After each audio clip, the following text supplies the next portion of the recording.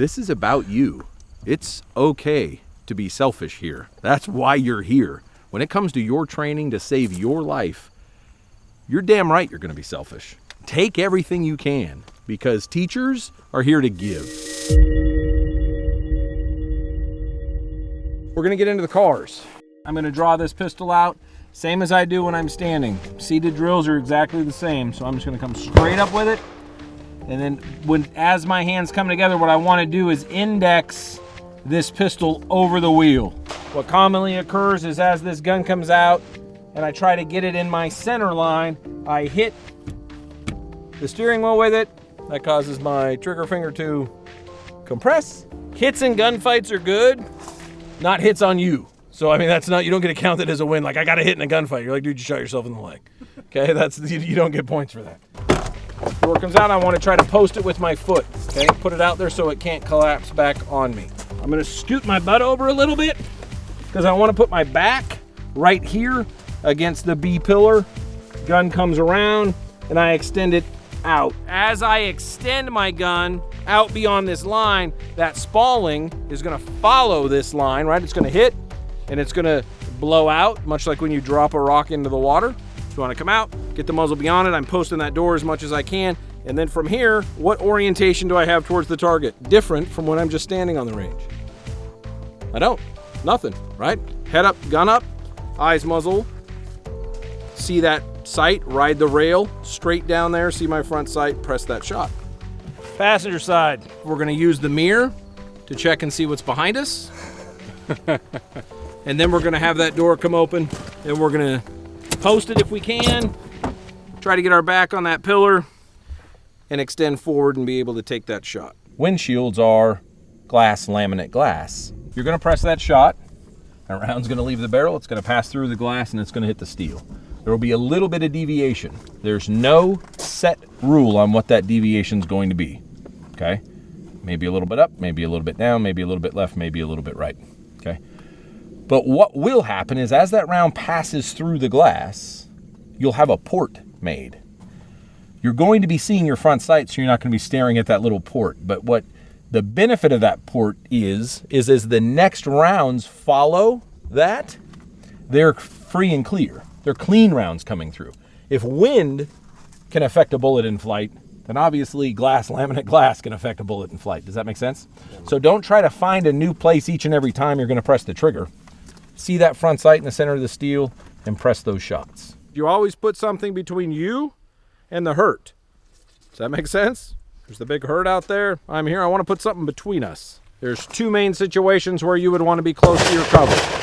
They are when it's low light or no light and you need to broadcast light beyond this. It does us no good to turn our light on back here and shine it into the side of this car and get none of that light down range.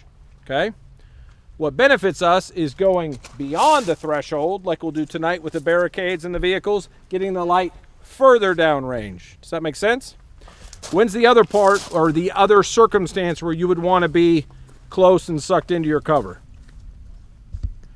Right, when they have the high ground, right? When they own the high ground, you're going to be tied into that thing.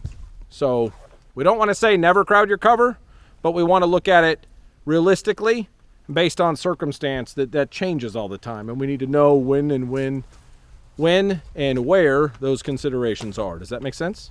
You can go flat. On my stomach? Yeah. Okay, so try that. Check that out. Go flat like this. Straight out. And getting that optic. Come down just like this. Pull cue it. Okay. You hit like that. Okay. Where you're at right now is out further. And what you can do is suck back up underneath that car, get the same presentation of the gun, and maximize your ability to have your body behind that axle and the body of the vehicle. So I'm just going to take that carbine, lay it on the deck. I'm going to take my head. I'm going to drop my forehead right down here behind the gun. Basically putting my forehead on the ground. Okay. As you can see, this gun's ejection port is directly on the ground. So how far off the deck do we need to be to have the gun still cycle? All we need is to have the door open. As long as the door opens, we're good to go. So this would be a left-handed application. Then over here would be the right-handed application. Same thing, we get out of this vehicle, we're working, stuff it right down here underneath.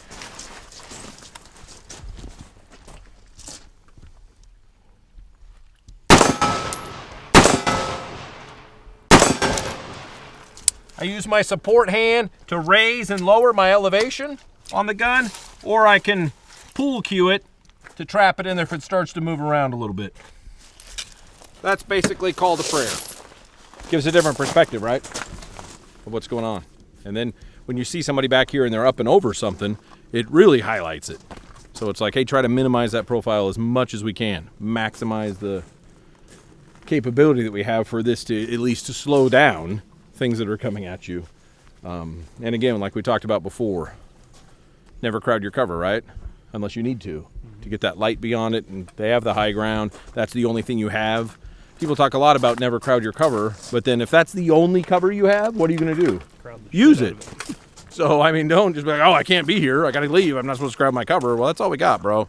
Well, we don't want to crowd our cover because people talk about how it limits your mobility. Okay. It doesn't give you a good reactive distance. That if we were to use this vehicle properly, and certain schools have thought this vehicle, we would be 20 feet back using these in these angles. Problem with is you're now exposed 20 feet back. So it's all situational.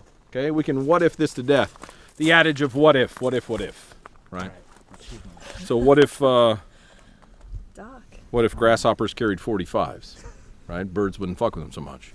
So, I mean, you can what if things to death. So, at some point we gotta just do it.